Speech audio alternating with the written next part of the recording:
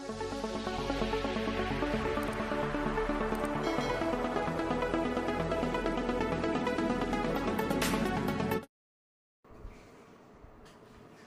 welcome to Banasar Education.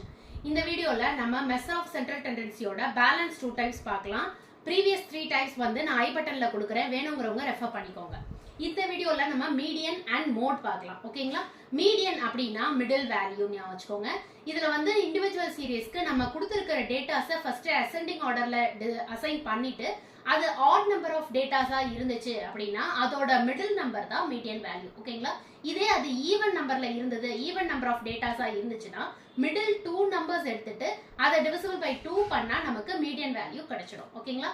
இதே discrete series அப்படினா அதாவது x and f ஃப்ரீக்வென்சிஸோட கொடுத்திருந்தாங்க டேட்டாஸ் அப்படினா அப்ப வந்து அதுக்கு formula size of n plus 1 by 2th term. ஓகேங்களா? இதுதான் மீடியன் கண்டுபிடிக்கிறதுக்கான ஃபார்முலா. அடுத்தது கண்டினியூஸ் சீரிஸா இருந்துச்சுன்னா கிளாஸ் இன்டர்வல்ஸ் அண்ட் ஃப்ரீக்வென்சிஸ் கொடுத்திருந்தாங்க அப்படினா அதோட formula l plus n by 2 minus cf by f into c. இங்க cfங்கிறது cumulative frequency, lங்கிறது lower limit and cங்கிறது length of class interval. இப்ப 10 to 20, 20 to 30 அந்த மாதிரி கொடுத்திருந்தாங்கன்னா அதோட காமன் இன்டர்வல் என்ன 10. ஓகேங்களா? அப்ப அதுதான் c யோட வேல்யூ. ஓகேங்களா? இப்படிதான் நம்ம வந்து மீடியன் ஃபைண்ட் பண்ணோம். அடுத்து மோட் அப்படினா ரிப்பீட்டட் நம்பர்ஸ்னு ஞாபகம் வச்சுக்கோங்க.